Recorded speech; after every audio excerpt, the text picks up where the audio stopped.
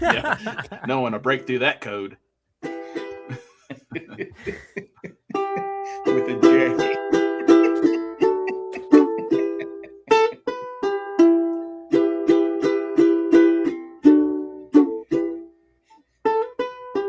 I wanna live. I wanna laugh. I've been searching for the Ramblecast. Here we are. It's these opinions I never give that keep me searching for the Ramblecast. And it's such a blast. I wanna listen to the Ramblecast, 'cause it's such a blast. Anyway, did that one. That's better than the original. It's always weird to sing Neil, because Neil doesn't have a good voice, so it's just kind of like, Yeah. I mean, you don't listen to Neil for the voice, though, That's right? true, you don't. Yeah. You listen because he's married to Daryl Hannah, right? Sure. Yeah, that's all those years with I Peggy. was like, I really hope one day he gets married to Daryl Hannah. I was He hoping dumps for Peggy. it. I had money in Vegas on it, so Oh, really? Yeah. Well, it's like not having Vegas Travis anymore. Kelce It's marrying Polymarket, right? Travis Kelce marrying Taylor What? Swift. Did I ever tell you that's the reason why Crosby, Stills, Nash and Young never got back together? What, Taylor Swift got married? Is the reason why? No, because of Daryl Hannah. Sorry. They didn't get back together because of Daryl Hannah. Was he that upset about Travis like coming in and taking over? Talk about a Two different different kind of conversations here. Yeah. No, so like if you want to know the whole story, Yeah, well, that's Of it. Would be which nice. thing are we talking about? yeah, like the reason why Crosby, Stills, and Young never got back together, and Daryl Hannah. Like, Okay. and then we can talk And about apparently, This is Travis getting Kelce, surreal. too. I hope Jesus everybody's Christ. taking their gummies. So in 2013, Graham Nash released like a semi-autobiography book called Wild Tales. And in the book, he really kind of painted himself up because, you know, he kind of wrote it. So you're never going to bash yourself, but he bashed David Crosby a lot, you know, like with drug use and all the shit he was into. And so it made Your good old friend, David Crosby. yeah, it's the reason why I know the story. It's the reason why I know this stuff is because it made David mad. Like it's like if if one of us wrote a book and then shit on the other three, and then it's gonna happen. Yeah, it's gonna happen one day. How do you know it hasn't? Even How if do you it's know a it hasn't fucking happened? #1 New York Times bestseller, Bestseller, shit yeah. on it. Nick's like, well, let me tell you where Chris was wrong in this Yeah, book. and all these stories. Yeah, I give Let it me tell you. Let me tell you about the rants Nick has before we record. Let me tell you about all of the things that Matt would say in the I chat. give it a 7.2. Yes, exactly. I forgot about that. Matt's chat. Stop. Mhm. Back when Matt used to drink more. The bee's knees years. There's Anyway, like a go whole ahead. chapter. Oh, tell Yeah, us so- what happened there. yeah. So David was, I mean, like anybody else. Yeah, he was a little mad. He wasn't really upset, but when he came out with his 2014 solo album, he didn't ask Graham to sing on it, which Graham always sings on his albums, and so that made Graham a little mad. Just like, well, why wouldn't you want me fucking singing on your record? Him. I mean, Right. Yeah. So that kind of made them slightly irritated with each other. Okay. But in that same year, that's when Neil decided to leave Peggy, his wife of 36 or 40 years, right. for Daryl Hannah. And David was the way David was is he people always say he was an asshole. He's more like us. He just told you the truth, you know, and you just didn't like it because he was just really direct. well, they couldn't handle the truth. He basically told Neil Young, why the fuck would you do that? Peggy's put up with all of your bullshit all these years, which anyone who knows Neil Young is not an easy pill to swallow. It's not He like seems like an asshole. I've never met him, but it's not like and- he was a virtuous husband. Right. Yeah. But so that made Neil mad because, like, how the fuck? Who the fuck are you to tell me what to do with my life? But at the same you know time, what? I think he's right. Yeah, but I think they just were all old hippies at that They're all point. old They were hippies, like yeah. stoned and cranky with each other. Like, you can't tell me who to fuck. Well, Right. fuck you. You Fuck can't you. tell me who to fuck. I'll fuck whoever. I Sorry, bet you that's- can't yeah. bang Daryl Hannah. Oh. Oh yeah, wanna Just because find you out? can't, Daryl Hannah. I got $50. Says I will. Yeah, I got I lead can in my pull, pencil. man. I know you don't. I can pull real hard. You but don't know what. At the same Neil time, Young, though, JFK Jr. David Crosby's like, yeah, well, I bet you can't have a kid with indigo girls. right? Wait, You're that right. wasn't the indigo girls. No, I know what you meant. That was Melissa Melissa Etheridge. Etheridge. Yes. Yeah, and her partner. So he had two with them. He One was just funnier. betting them to It's one up actually them, funnier than basically. anyways. He was is like a one up. Like, Yeah, okay, well, I knew who you were saying. I knew. yeah, who you okay, were saying, well. so. But then at the same time, Graham was unhappy with his marriage, and so he kind of took Neil's side, and so that was it. And none of them spoke for 15 years, until David died. So Well, they're gotta be like in their 80s, right? yeah, they should all be in their 80s by now or close to it. I think the youngest was Stephen Stills, and he's born in like 47 or 40. Yeah, so he's like 79 probably as the youngest of any of them. Yeah, I mean, I'm old. They were old when I was old, young. So Shit, that's how I know people are old. well, that's what's weird is like in my mind, when I think about the year I was born, I think sometimes about how old those artists were when they came out with those records. So like when I think of like Paul Simon's Graceland, for example, I'm like, oh, he was 45. Geez, when that album came out, and you're like, okay. And I was like, fuck, that's my age, and then when I think of like the Traveling Wilburys, for example, you think like, oh, here's all these old rockers coming out with this great record. And you look at their ages of when they made that record, you're like, they're all in their 40s, except for Tom Petty, who was like 38. You see those memes and stuff like that, where you see all of the family. Carol O'Connor was 43, Gene Stapleton was 41. But you think, I was a kid, they were old, but now, of course, now they're dead. Oh, dude, I think we've talked about this before. Like, when you think about people who were 45 or my age, 46, back in, I don't know, 1989, 1990. Yeah. Dude, they were way fucking older than I am. Like, they lived hard. Old. Yeah. They lived hard, man. Like, yeah. I think back, and then you look back at, or TV or movies or whatever, but like, I remember the 46-year-old, I remember my parents turning 45. And I was like, fuck, they're old. You know what I mean? Like, that's nuts. Mm-hmm. I don't think it's like just me like making it up in my head. I think we genuinely do not age, or we genuinely age completely different than our parents did. Or at least that generation. Chain smoking and binge drinking ages you, says Matthew Treese. True. It does. True. Also true. So does the war. When you look at a lot of those like 1940s, movies, it's like those actors, like at the beginning to the end, it's just like how much they went through. So I mean, I think a also lot of the soldiers, and I think also because everything we eat nowadays, except for Matt because he's healthy, but like we eat so many preservatives that it just keeps us fresh looking. I always thought it was like gravity was like, if you think about it, gravity was like stronger the farther back in time you go. It's getting weaker. Well, I think too. It's not pulling the sagging anymore. Yeah.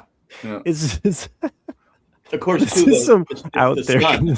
not saying. The sun. I mean, when I was a kid, we used to put baby oil. We didn't put sunscreen. Right. We put baby oil on us we wanted to get tan, and now it's like, you need to get sunscreen 75. Where are you at? You have to get we take our grandkids to the pool. We got them all covered up because I have I went to the doctor, I have a couple of spots that Cindy goes, yeah, have a look at it. I go, it's been there for 30 years because we didn't wear sunscreen. Right. We just went out. I'll tell you something also, though, going back to Thailand from a few weeks ago, you always bring your own suntan lotion to Southeast Asia because they put whitener in their suntan lotion because they don't want to get burnt. Yeah. Right. Oh, really? Yeah. I did not know that. In Indian. So it's Michael Jackson. in Indian culture as well, there's a lot of creamers because as women age, they naturally darken, like, and so they put a lot of whiteners to try to. So I heard a whole NPR thing about this back in the aughts, when I was a regular, had it on in the shop or what have you, and I just remember thinking, wow, that is so interesting, like the idea of like another culture, like, so. Well, that's what I mean. I even asked that, like, when I went down, I was like, oh, should I try to get some sun or put like spray on tan on my legs or something before I go, because I'm so white. And she's like, no, don't. She goes, people will love it. People will stare at you because they will be envious how white you are. I'm like, well, that's a first. Yeah. What if they think that's white? Wait till I take off my pants. Exactly. My butt is underwear. white. Like, my tiny whiteies. I know when check out this farmer's tan, ladies. When I had the mailbox etc. store, I had a customer who worked for Coppertone, and my hair I still had hair, but it was starting to thin, and I would get burn spots on my head because I couldn't, I couldn't get this. I said, you know what you need to do? You need to invent something. Coppertone needs to come out with something that has like a spray for people with thinning hair. I mean, if I'm bald, I can just put it on my head. It doesn't matter. But I said, you need like a spray. Because that's a great idea. I go, they invented that. Go ahead and do it. And I go, just give me the bottle for free, because I just I get that burn. Because nothing's worse when you burn your head, because then it peels, right? Then it peels. You look like you have dandruff. It's a mess. Well, it's funny, like, it's like, you remember it was Giuliani, Rudy Giuliani, like that's the one I always think of now. That's what I was thinking. I was like, for him, and he was sweating so bad, like the black was running down. Dude, it was like so bad. I played softball with a guy like that. We were sitting like this, and I go, "Hey, you see Jim's sweating black?" We go, "Are you okay?" Because it was dripping down his face. He goes, "Oh no, that's not dye. That's not," because he had thinning hair. He was putting it down, and he was just dripping in black sweat. The couple times I've been to the barber, they're like, the lady that does my hair, she's like, "You don't have any gray hair." Yeah, I was like, I don't either. It's thinning, but it's not gray. Yeah, I got some grays here and there. I had the hair I have left. There is some gray. I always said I would dye it if I had gray hair. Yeah, if you had gray hair. But now, to be honest with you, if I had the hair, I'd be okay with I'd let it go gray, because the spray works, boys. I gotta tell you, it is getting thicker. Well. It is thicker. It's so thick. Spray, or are you taking the pills? No, you're spraying. What's that? You're taking the spray right at night. Yeah. Yeah. Not the does pills. Does it change your mood? Like, does it make you, like, more edgy? Does it make your soul glow? Does You it talk make about your penis Propecia? shrink? Well, Propecia is finasteride, which is a preventative solution. It doesn't help it grow back. It just keeps you from losing. The spray that I have is both. Yeah, it's a combo of finasteride and the other one. Is it Hims? Yeah. So women are not supposed to touch it or something like that, right? Correct. No, it's okay. I know that you're not supposed to if you're breastfeeding. I think. Okay. Like a. I thought there was something with breastfeeding, are you? I thought there was something with Propecia, because I have nipples, Greg. Before we began our show, I shared with the guys this video that I edited together with some music, and I put together these old commercials from the late 90s, and a lot of them were drug related or food related. So there's a lot of like medicine kind of stuff, and one of them is like, I think, Propecia, and it just keeps like spinning this like medicine around. And I think that one of the things is like, women are not allowed to blah blah blah. Sorry. So what's up? Propecia? Minoxidil. It just came out. Yeah. Oh, is that what it is? Yeah, I can't. I could probably. So finasteride. I mean, because I went to in 2013, I went to a hair guy, because when I went to the hospital, I don't know if I told you the story. Like, I lost a shit ton of hair, and so I went just to go, and he said, "Oh, you had to grow back. You're fine. Your body took a huge shock." But so finasteride, which is finasteride. Finasteride is the Propecia stuff. It's really just there to keep it from falling out. But the minoxidil is the Rogaine active thing that helps it actually grow. Now I did Rogaine for a while when it first came out, but burned my scalp. Oh, really? My scalp was like burning. I was like, okay, this hurts. It was kind of working, but it was also kind of okay. I can't. I think I'm gonna. It hurts. I can't do it because it was burning my scalp. My scalp would be all like red. I must have been something in the chemical. You should try the Hims thing, man. It's. I'm gonna try it because I still just, have some sprouts just there. try it on one spot. Yeah, just oh, you can spray a smiley face. No, I'm gonna get a giant middle finger.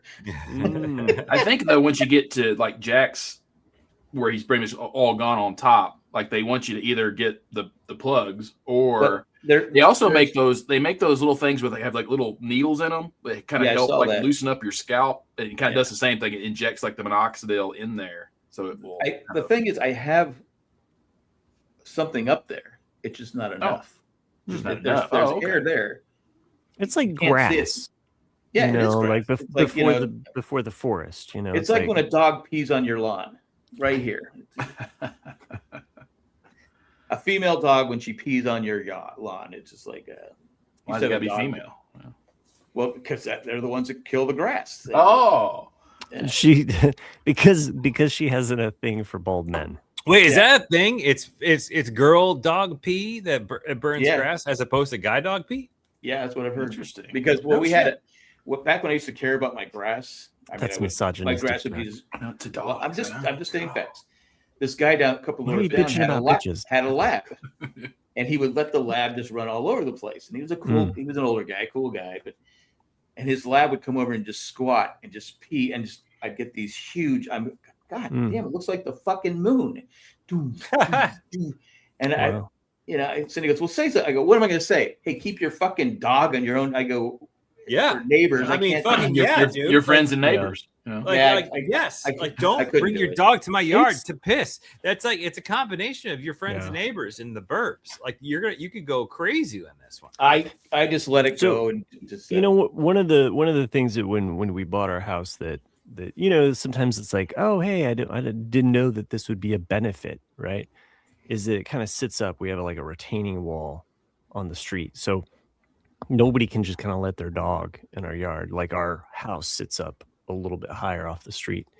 The delivery people hate it because they gotta climb upstairs. Like it's like I'm just like, dude, imagine if this was San Francisco. Okay, get over it. But it's not San Francisco, right? I know. I got this job in Flatland. Anyway, it's kind of cool though, because it prevents any dogs from coming by. Well, we used to be at the end of the street until they built the condos, so all the dogs would just come. So what I did is at the end of the coming street, dogs is even worse. Yeah, what I did was I made the lawn. I planted grass. And wasn't my thing. I said, "Here, let's build this other 20 feet of grass." I got it, but 20 feet of grass. I'm going to build this so the dogs will go pee and shit there. No. And now the dogs pee on our flowers around the mailbox. I'm like going, what am I going to do? You could do. You could be a real dickhead. Just plant cactus around your fucking mailbox. Oh, there you go. Yeah, there you go. You know what? Probably use it right now because it won't need as much. This weather is ridiculous. There are a couple people in my neighborhood that do that. Yeah, cactus. They take a while to grow, depending on which cactus. But yeah, prickly pear. I've got prickly pear in my prickly yard. pear grows pretty quick, although it's easily spread. Fucking annoying, like where you don't want them to go to as well. Yeah, I don't want the grandkids falling in it. Once you get prickly pear, it's like they're beautiful flowers. They grow like once a year, and that's it. But yeah, we had prickly pear all along. Would they survive the winters? Oh yeah, you're in Massachusetts. Yeah, I guess so. Yeah, you don't have to do shit with them. You just plant it and forget it. Yeah, my mom has a lot of those. You got to wear rubber gloves if you ever remove it. Anyway, rubber gloves. You know what's even more annoying than planting a commercial cactus? break. Yeah, they get in the way. You're annoying. I actually, Jack, was watching a movie. I didn't finish it yet. A movie, but I thought of you. It was on Netflix. I think it's the #1 movie. It's even though it's like 3 or 4 years old. It's like the #1 movie right now on Netflix. It's called Old Henry. It's a Western. It's with the the guy, I always forget his name. You know him. It's the guy that was the short guy in Oh Brother, Where Art Thou that had the deeper voice. Oh, was Lazaro? It's like Blake, Tim Blake or something, I think is his name. Blake.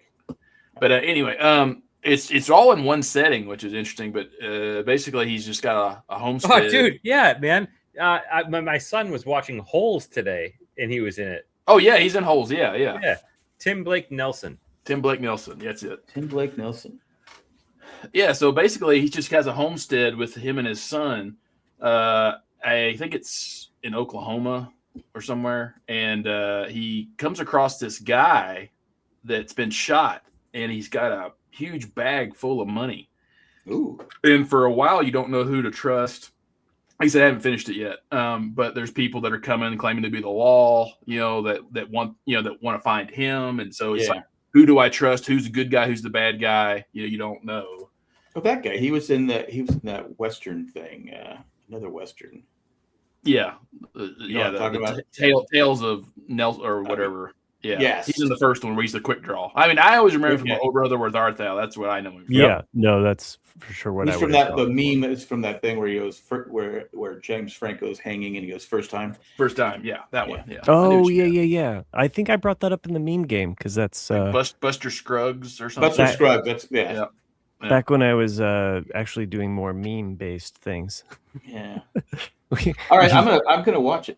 All right. Yeah, like I said, I haven't finished it yet, so I can't give it like an official review or anything. But so far, you're enjoying it. So far, I'm enjoying it. But then, it's something like I watched another movie 2 days ago, and I only could watch the first half. First half, I really enjoyed, and then it takes a turn as soon as I hit stop, because when I hit play, I went, "What the fuck just happened?" Oh. And it's with Hugh Jackman and Kate Hudson called Song Sung Blue, which is Cindy liked that one. Yeah.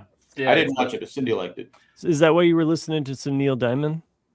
That is why I was listening to some Neil Diamond. Yeah, because I don't normally listen. I don't normally listen to Neil Diamond. But when I do, I think about going sledding. Yeah, I didn't finish that movie, but I think my wife and I had started it, and the first hour I thought was pretty good. Like it's just about. I thought it was actually going to be a Neil Diamond movie, but it's not. They're just two people that were originally in this big group of impersonators. And when they meet each other, and when they meet each other, he loves Neil Diamond, but he's never done it because he doesn't want to insult Neil Diamond because he's such a huge fan. But she's like, no, we should do it. We should just be a Neil Diamond only cover band. See, I thought it was a biopic. That's what I thought. No. Yeah, that's what. And I went into it. No, I knew it wasn't. I heard it first. I thought it was, and then I got the gist of it. But then, pretty much right at the 58 mark, it just takes a left turn, and you're like, whoa, what the fuck, and like sad, dramatic, sad, dramatically sad turn, and then it kind of comes back up. I saw the ending, and I was like, man, you had such a good thing going, and then wow, who thought this was a good idea? It's based on a true story. Is it a true story? Oh, okay. I heard it's based on a true story. Okay, that Neil Diamond was a singer. So, so I guess it's fine if I don't force my wife to finish watching that one because I don't think she would like the sad. Because it's one of those movies where I get it, but I also would have kind of questioned why they made that choice because what do you unless it's based on a true story like Jack said. I heard it was based on a true story. I don't see what was the message they're trying to tell here. Then it's because it was. Kind of like because at first it's kind of like a follow your dreams kind of story, and then you're like, oh, why did you go that route? Why did you go this way? It makes sense if it's based on not every day, not everything's Well, I mean life. No, there's no happy endings in life. So why would you do that? I mean, I guess that's the same is true with Margot's Got Money Troubles. Is that's wasn't that based on? No, that's based on a book. That's not based on a. Yeah, it's based on a book. Okay, never mind. But you never know when they say based on a true story. Right. It's inspired by a true story. It's this is some of it's what actually some happened. Of it's true, but you never know. But I did hear it was based on a true story. But I did see a movie. I went to the theater and saw Young Washington. Oh, okay. Yeah, my dad was asking. I haven't seen it, so I don't know. Yeah, and it's funny. It's funny that Nick saw Old Henry. And you saw Young Washington. Young Washington. Yeah. His calling goes, "What's it about?" I go, "Young Washington." Yeah. Young Washington. But it was. I've been watching that Into the Wild Frontier. Well, the night before was an episode of this guy that goes with 23-year-old George Washington to the fort and all this different stuff. The movie is the same thing, and there's something in the movie I'm like going, all right, that's not true, because I went on, because after each episode I watch, I go in and watch. I go on their Wikipedia page and read the history, who their kids were, and all that stuff. And he didn't die that way. So it wasn't true. Yeah. So, but I really enjoyed the movie. Not everyone's going to enjoy the movie. If you hate America, you're not going to enjoy the movie. It was during the French and Indian War, right? Yes. But it really, it shows that, it's pretty true at first, because Washington, if you hate America, you're not, because it was Kelsey Grammer. America didn't exist then. So yeah, but I'm just saying, we know, but at first, George Washington's kind of a fuck up. Let's face it. He's kind of a fuck up. He's 23. If you're not a fuck up at 23, then he's screwing up. But then he constantly failed up. Yeah, he did. It's the American story. I mean, really. Yeah. How do you? It's like every coach in the world. Like, how do you fuck up a whole team and still get a promotion? Like, exactly. You can fuck up a whole team, get fired, and they get hired again. Yeah, I was just looking at and get paid for it for that movie, and from the box office, strong opening weekend, performs very well in non-coastal markets. Yeah, I can see that. So you're saying in maybe the blue areas, it didn't do very well. No. That's what I'm saying. That was the point I got. I said, okay, Kelsey Grammer's fucking pumped. Yeah. Well, did he get jacked? Oh, he's lost his goddamn mind. Oh, okay. He's a producer on it, right? Well, he's always been that way. He's a red hat. Yeah, he's always been that way. But it's weird. It's weird that a lot of celebrities that have done cocaine like heavy in the 80s. You thinking about Tim Allen? Yeah, I'm thinking about Tim Allen. Did he do it? He just sold it, didn't he? What's up, dude? You got to dab a little bit. Come on. I'm just saying he was a massive cokehead. If we went down the line, what are we talking about? I don't know. Anyway, go ahead. I think when it goes to Hollywood, I think he really left or right. They were all doing heavy cocaine. Yeah. I mean, Chris and I clocked that one game where we were like, Brad Pitt was on something. Like, yeah. So anyway, well, he looked like he was the soccer. You talking about the soccer game with him and where he's just tweaking? Yeah. Sideline. Yeah. Oh, did somebody like repost it? It was like no, but like it's him and Edward Norton, on the side, and he looked like he was on. But to be fair, Pitt wasn't there. I mean, really, it was just Edward Norton. Edward Norton just thought he was.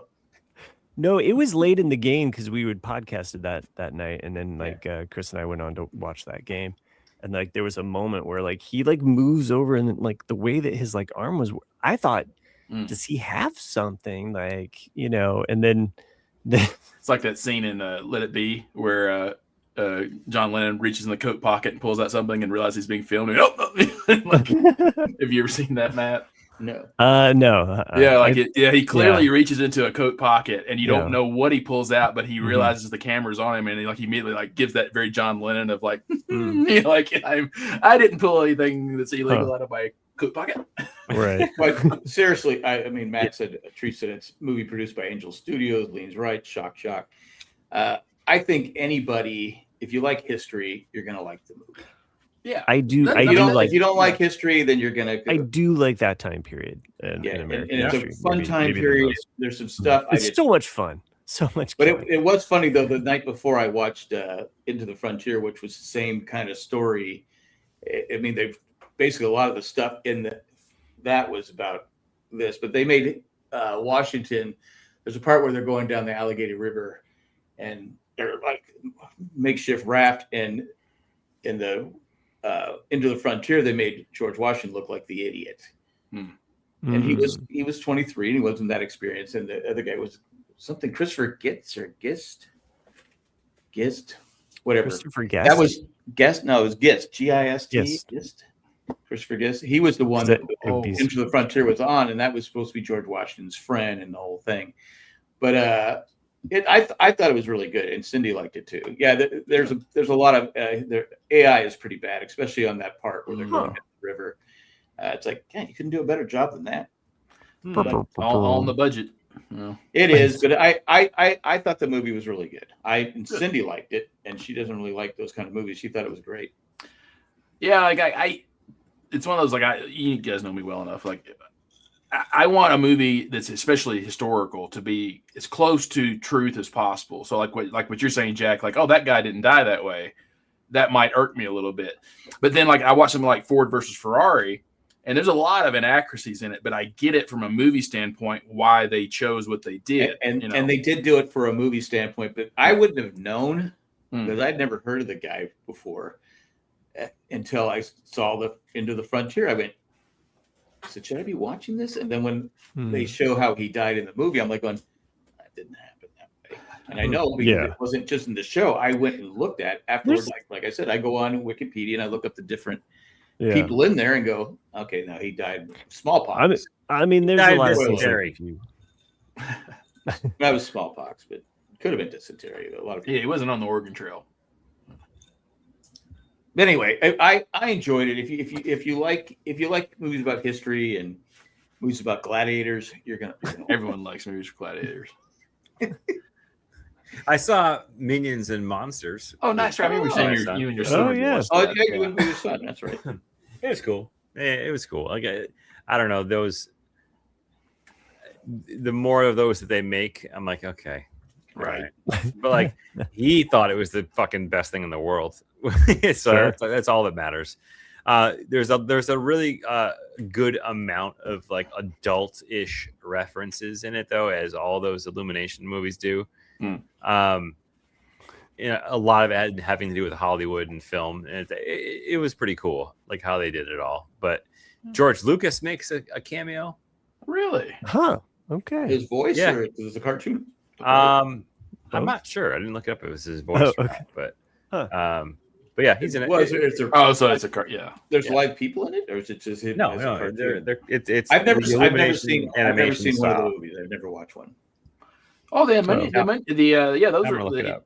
are good. Some of them. I never watched it. But I mean, I kind of agree with Chris. Like, I don't like it. No, it is George Lucas. Yep. No shit. Nice. Okay, that's what I was looking up. Yeah. I agree with Chris, though. I don't like it when they keep churning out, because you can only do so much. Like, I only watch, if I have to watch Toy Story, I only watch 1, 2, 3 because the trilogy is perfect as is. And it's like, I don't really want to watch 5. I don't care if someone says it's the greatest one ever. I'm like, no, I like 1, 2, and 3, and I want to keep it. It was enjoyable. Yeah. Oh, you didn't saw it? Okay. I saw 5, yeah. You talking about Indiana Jones? Indiana Jones, same way. Yeah, I mean, I only watched the trilogy. That's it.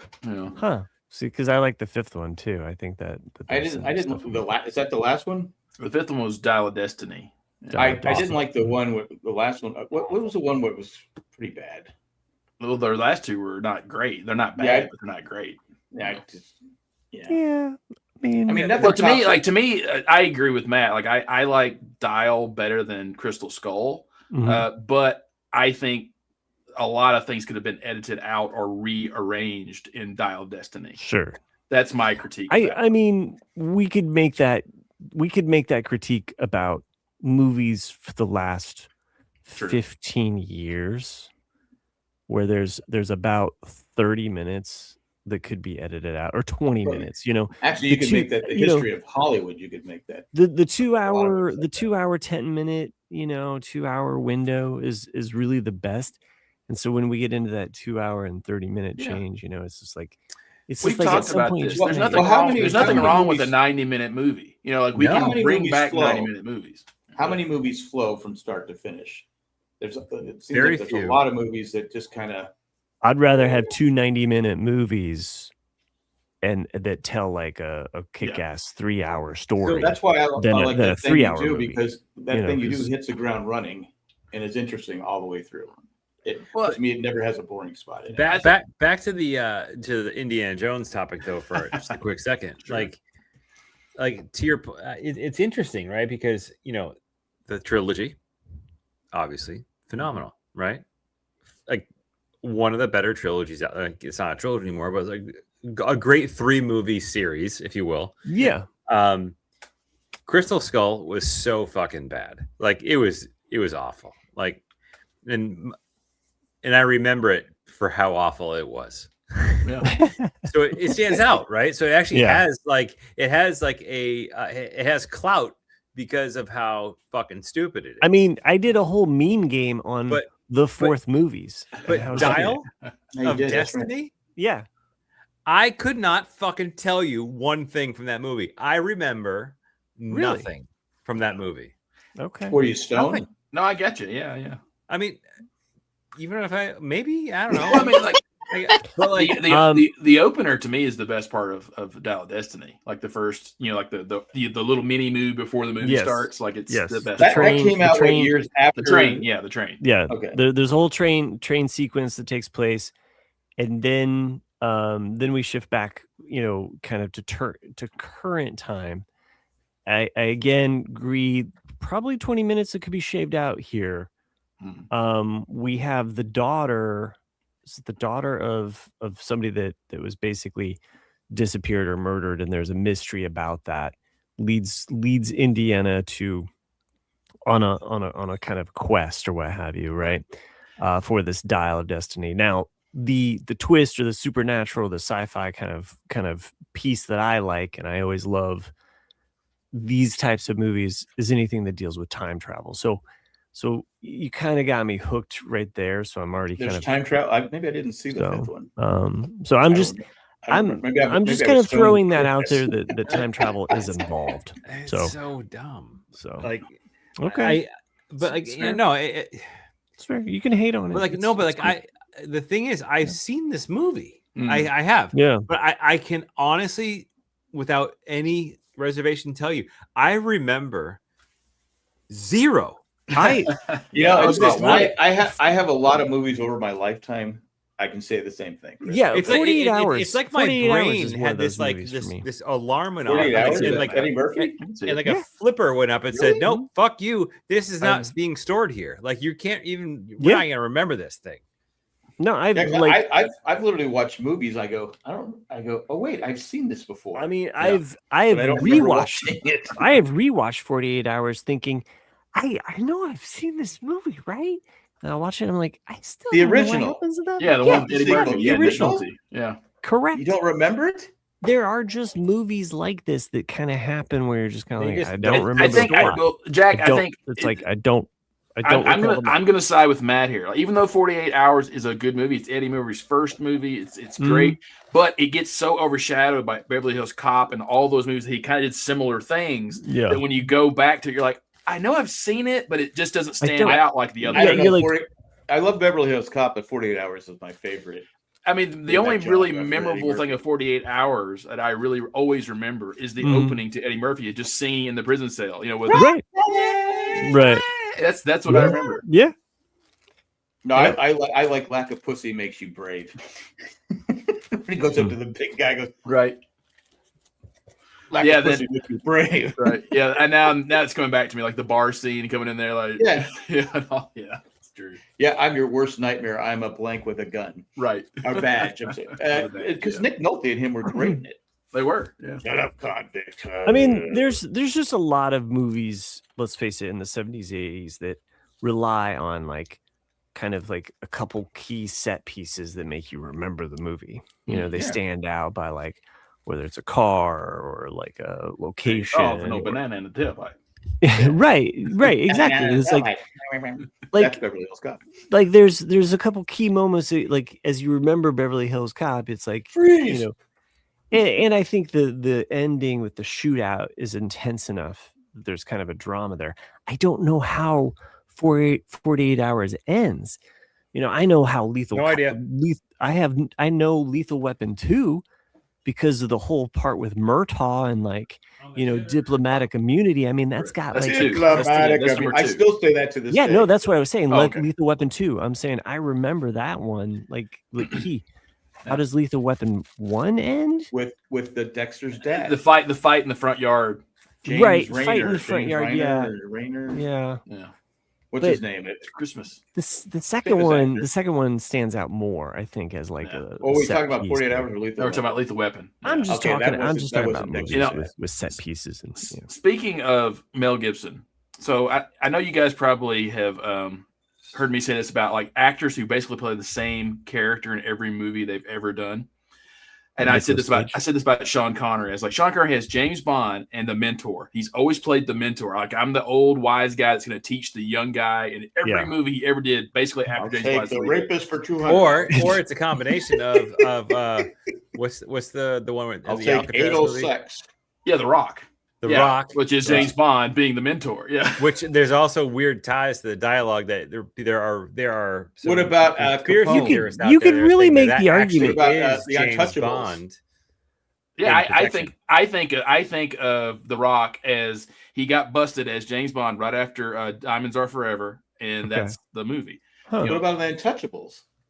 Untouchables, yeah, he's mentoring. Okay. Kevin Costner. I think you've unlocked something. I think you've unlocked something key about Sean Connery in general, because James Bond, he's basically just, kind of taking the teacher role or the mentor role with every woman he meets. He's just like, right, like it's like the ultimate misogynistic kind of like male fantasy. So he's always in control. The only time that things are not going in control, he's got to use a gun and kill someone, right? Right. Well, like everything else is just an interview. He actually said, he goes, sometimes you got to slap a woman around. Yeah. That was a Playboy interview back in the 70s. What? Yeah. There's I mean, he said, I can't quote it, but yeah, he was basically it was something like that. Yeah, he said that if a woman's getting it, he goes, it depends on the situation. He goes, but if my girl, I'm paraphrasing, but he said, he goes, depends on the situation, but because I think if your woman or wife is getting a little out of line, it's okay to give her a little tap, and he got a lot of pushback for that. But the thing is that even later, pretty black and white, dude. Like, it's very black and white. 70s, 80s, 70s, but the thing is, like in the 90s, I think it was Barbara Walters asked him about that and said, like, do you regret saying that? And he said no. And I was like, oh damn. So, Sherry in the chat says his first movie was Darby O'Gill and the Little People. I think he's referring to Eddie Murphy there. Okay. It's a musical. Oh, didn't know that. So, good to know. I always thought 48 Hours for this first one. But, Andy Garcia tells a great story about Sean Connery on the set of The Untouchables. Oh, I've heard that one. Yeah. Yeah, he likes to golf. Yeah. So he would have the people film him from the waist up. He'd be in his golf pants and ready to go golfing, shoot the scene and go, I'm off. And he would just, but it was Sean Connery, so he didn't. What are you gonna do? Tell him, right? Come on, man, you got to do better than that. But no, it was Sean Connery. He said, yeah, that's kind of. He goes, it's the scene where it's the where Andy Garcia's character is introduced and he's shooting the gun to the target range, and he said that the director kept saying you need to face a different angle so the camera can get you, but then like anyone, he's like, well, I got to point the gun towards the range, like I can't do both, and then. I can't remember the story exactly, but it is a funny one where he's just like, Sean's like, hurry up, kid, it's not fucking Shakespeare, like or something like that, Yeah, and you got guys like Jack Nicholson, and for A Few Good Men, everyone's like Kevin Bacon. Everyone says that he sat there for every scene, even if he wasn't in it, so they could feed off him. Right, he stayed there. Because most actors leave and they just have a stand-in, stand-ins. He goes, no, Jack Nicholson stayed there so they could have. That's just the professionalism of he wants to make a great film. Yeah, like I heard. Sherry says that she was talking about Sean Connery. I just want to, I knew that was Sean Connery. I never remember his name. I'm doing up. He was Tony Stark's dad, and now he was in Mad Men. The gray-haired guy. Yeah, he was talking about. There's a movie called Charlie Wilson's War that Michael. I've seen that. Yeah, Tom Hanks. And he was talking about. He was talking about working with Philip Seymour Hoffman and how they went in for a practice, and neither one of them really had their lines memorized, but they wanted to get the feel of the scene, so they went in. They said, let's take it to like an 11 right now. Because it was an intense scene. So it was basically like a half hour of them just like yelling at each other, going like, "I'm doing that!" And then I've got one more fucking line. Because we just kept like that intensity the entire time, and everyone was looking like we were crazy, but it ended up working out, for the movie. Yeah, it's funny how I love those stories because there's one with Christopher Reeves. I think he's on Letterman, and he's talking about Superman with Marlon Brando, and he goes, "Yeah, I didn't like working with him. He's Christopher Reeves. That was his first big movie, and he's like going, at least care. Right. You're making all this money. At least pretend you care." Didn't care. Yeah. He called him out. Yeah. I don't think Brando cared. No, Brando didn't give a shit about anything. Yeah. But back to my original point when this started. Oh, you had a point? I was listening. Yeah, I never have a point. Yeah. So, but I heard someone recently talk about Mel Gibson, and I never had thought about it until this person said it. They're like, do you realize that Mel Gibson, not necessarily the character, but he's played the same motivation for his character in almost every single movie is that his wife died and he has to protect his kids. It's like in almost every single fucking movie. Wait, not the Patriot. Oh, wait, yeah. Yeah. His wife, every time, like his wife is dead. He never has a living spouse or girlfriend in any movie. Lethal Weapon. So he's a wife. No, that doesn't. Oh, yeah, I guess that does happen. Passion of the Christ. Yeah, let's see. Signs. Yeah. Is his wife dead in Signs? Yeah, his wife's dead. Oh in my Signs. God. Yeah, like every single movie he's in, like his wife is dead. And you're like, damn, Braveheart, everything, like they're all dead. His motivation is revenge. Right. Braveheart, yeah. I mean, they're great movies, but don't be his wife because you're not going to have you're not going to have a lot of lines. But in The Patriot, I always argue because people say Mel Gibson was a patriot. I go, no, it was his son, Heath Ledger, was the patriot. Yeah. Heath Ledger wanted to go fight.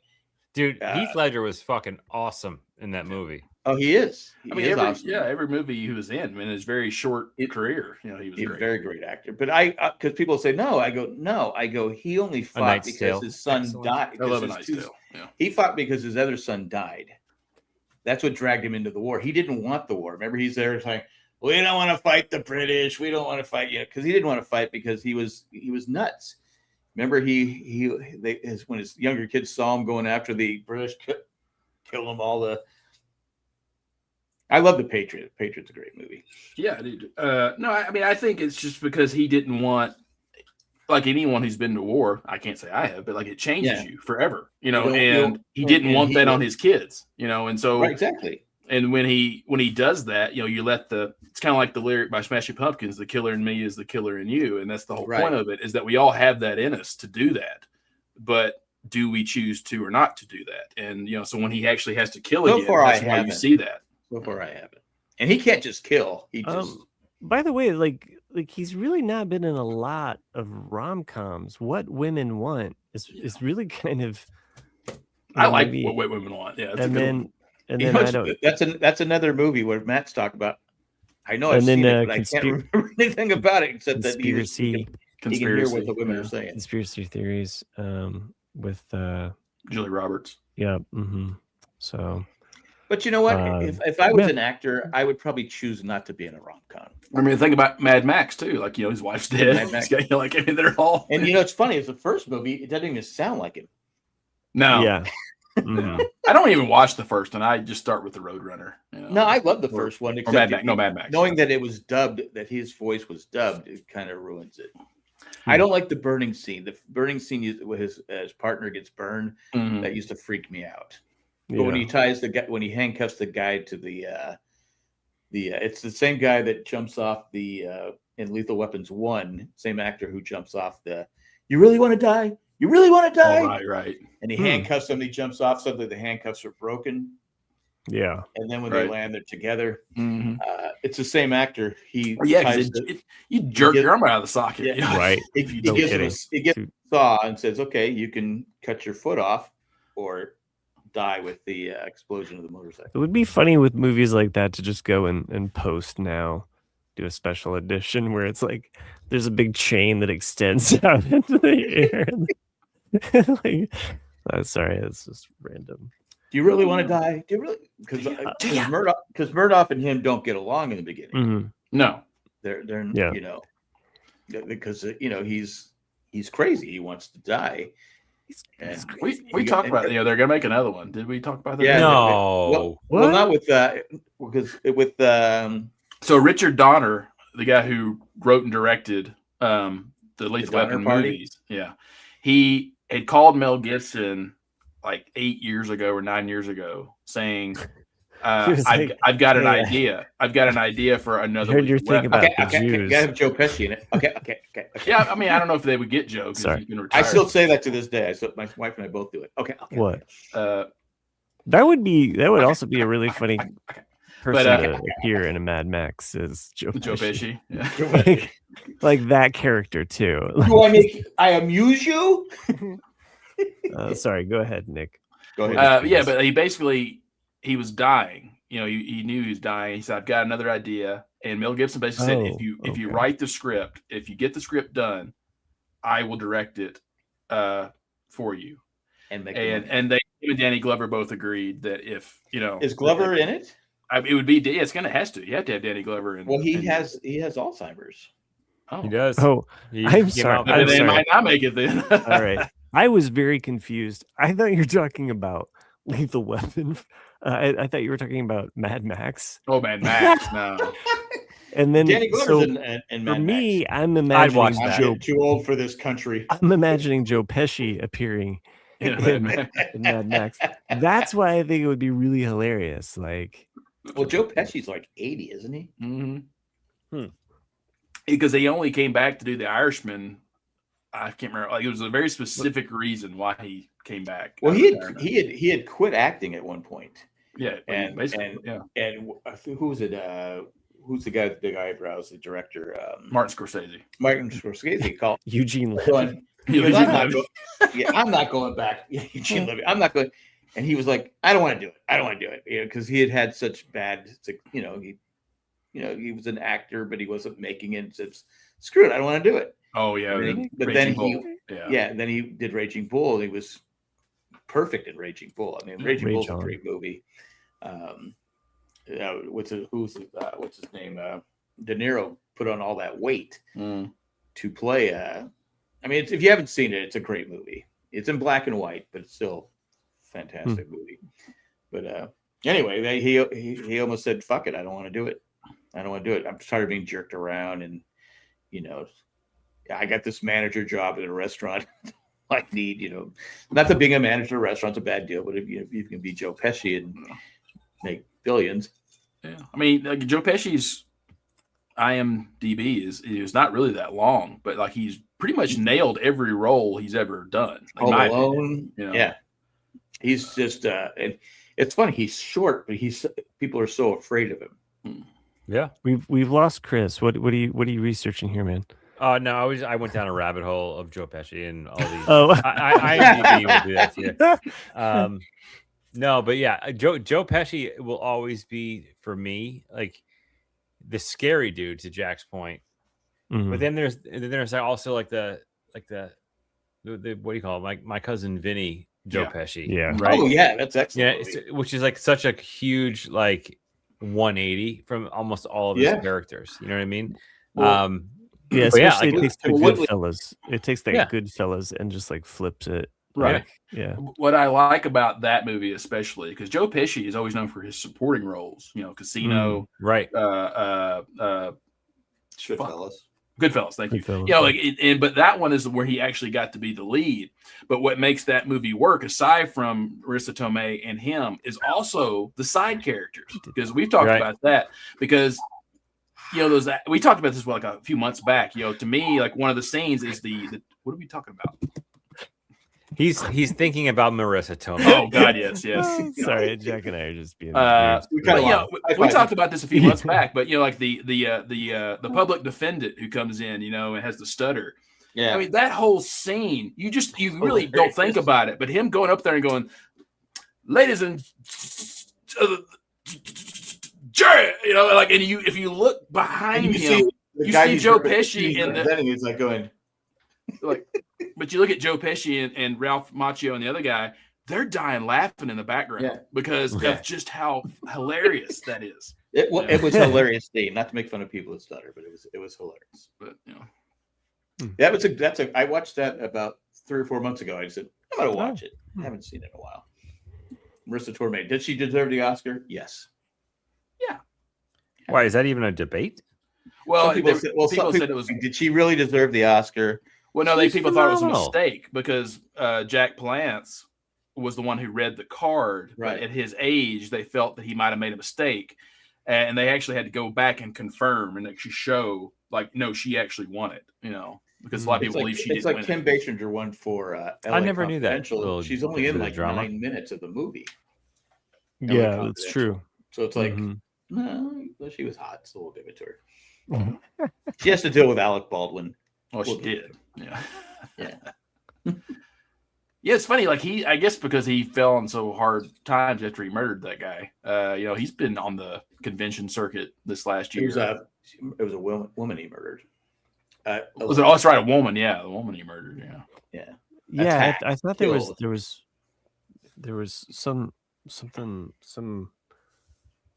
Anyway, I don't know enough. He's an angry person anyway. I mean, I get the whole paparazzi, hounding him, and so that should be illegal.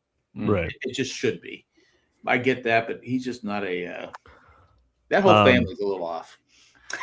Oh my God! I'm kind of glad though. That seems to have died down in the last decade. The whole paparazzi harassing people. Because I remember in the early 2000s, we'd see it all the time with Britney Spears and Justin Timberlake and all them. They were just mobbed. And you're like, God, no wonder you want to run over these people.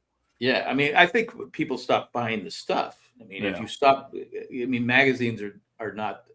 I mean, do people really read People magazine anyway? I mean, is it still? I mean, I don't know if people have it. If you stop buying it, they'll stop doing it. I have no problem if you're at an event where they're going the red carpet, but leave them alone when they're in their privacy. Well, it's interesting because you look at TMZ, right? And TMZ was kind of like the ringleader of the mainstream paparazzi, breaking stories and scoops.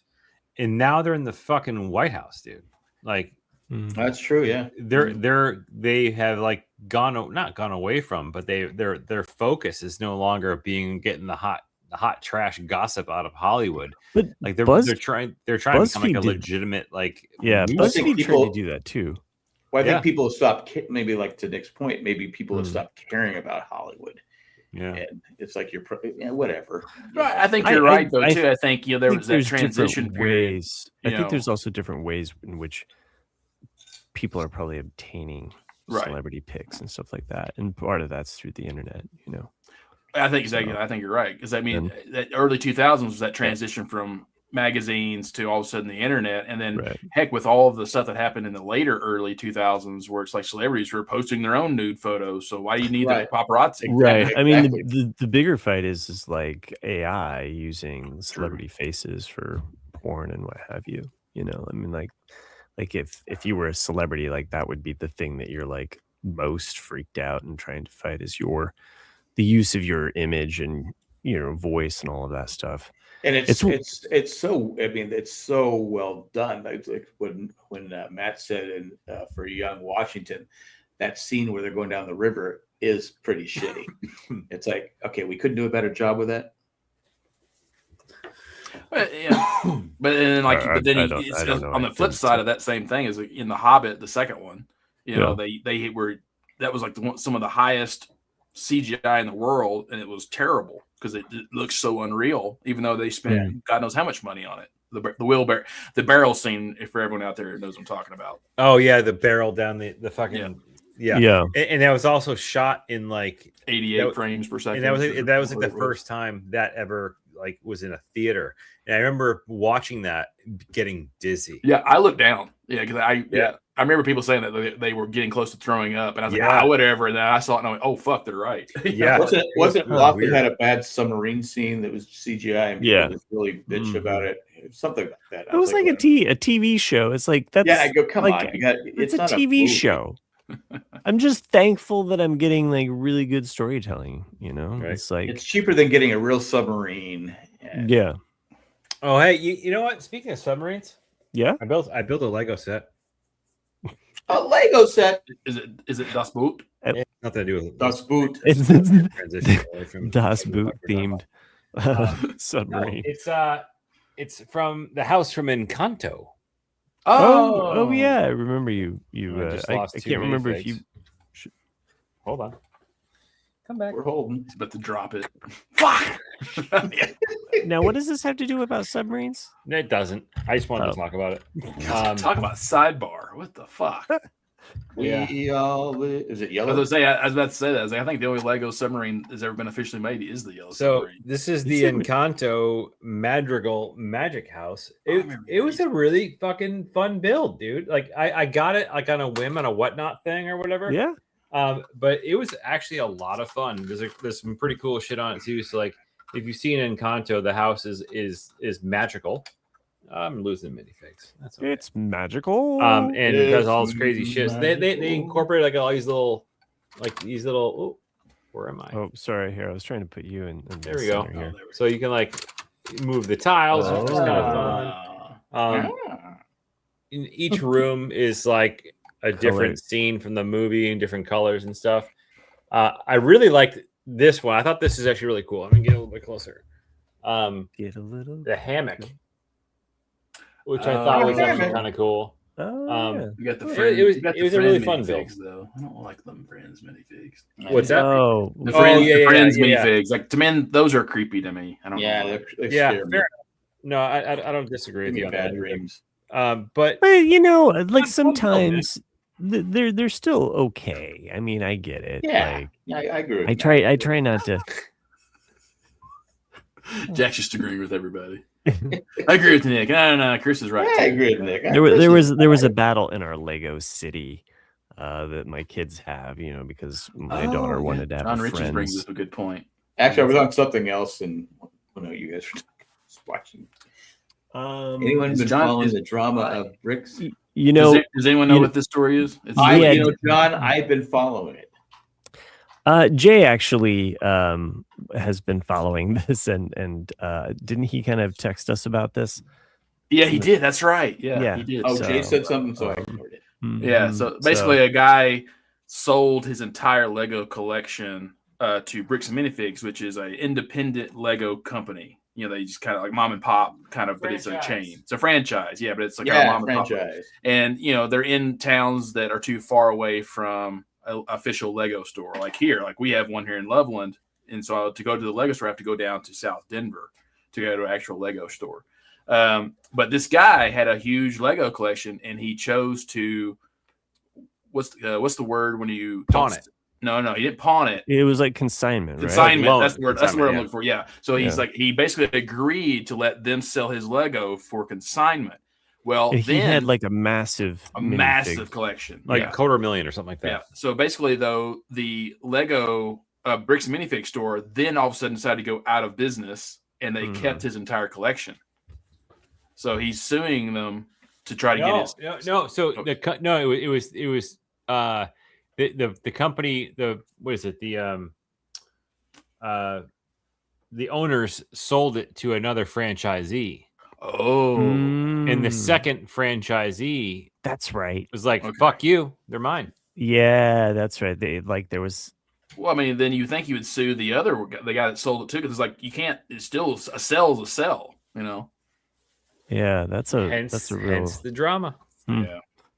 Well, gotta like the drama. Someone would be dead in an alley. Thanks, John Riches, for bringing up the and Lego. Thanks for joining us, John Riches. Yeah, I don't think John has ever joined us before. John Rag the Riches. Yeah, and earlier today I was fucking around on Whatnot again. Because dangerous. He's getting into.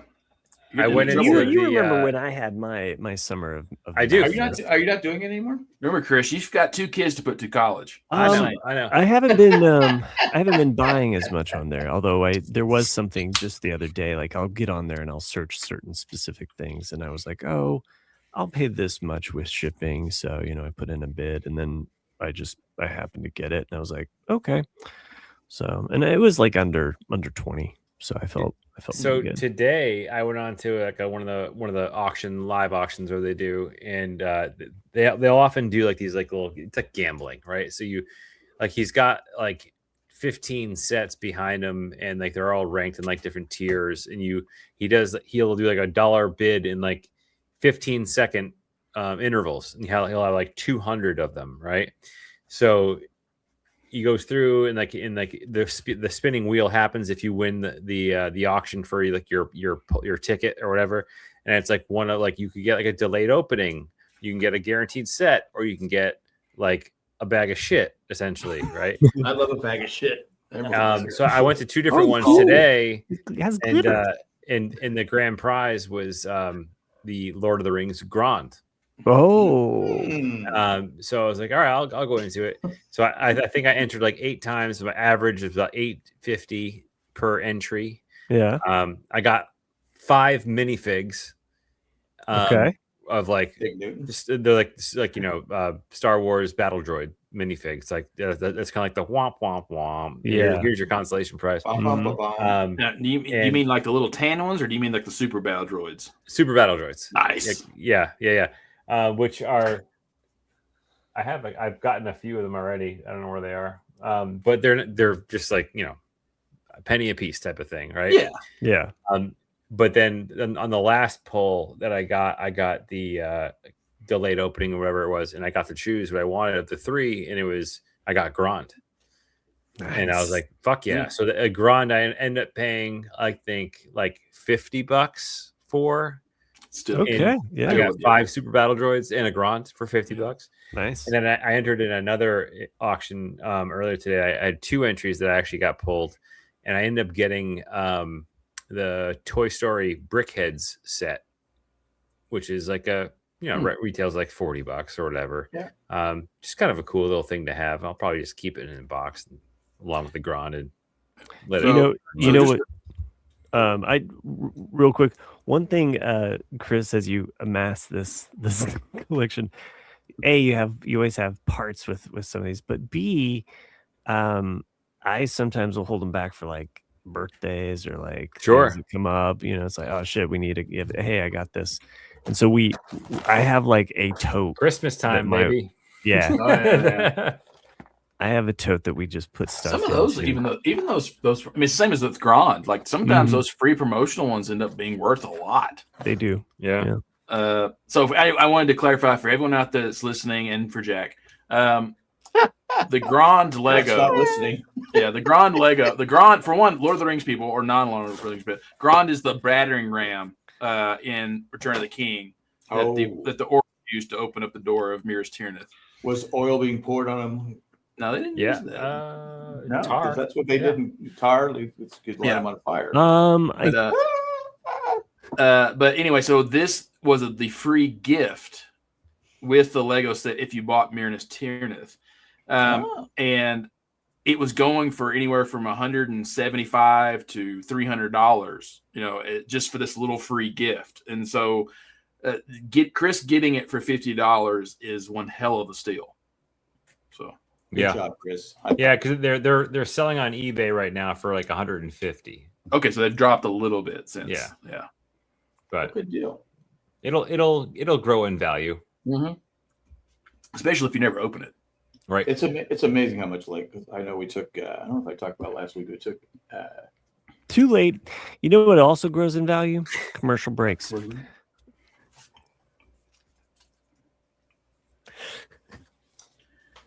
Took Zach out for his birthday. I couldn't believe how much Legos were. It's insane. And he's trying to go over he gets $225. He's like, well, can I have this one? I go, well, that's $329 without tax. So no, we'll give you the money if you want to save it, and you can, because no, I don't want to do that. Well, we see the Death Star is $1,000. Well, yeah, it's huge, yeah. But we've talked about this. Like Lego figured it out probably about 4 to 5 years ago. In that Lego has shifted. I mean, yes, there's still a huge kid market, but there's also a huge adult market for Lego. It's wild. And they finally figured it out how they could capitalize on it with shit sets, but unique minifigures. And so and like I said, like the rule of thumb was always 10 cents per piece. So if it's 200 pieces, it's $20, and all of a sudden it just shifted to where it's like, oh yeah, we're going to make this shit set that should be $20, but we're going to charge you $45 for it because it's got this one unique minifig that's only going to be in this one set, and we know you'll fucking buy it.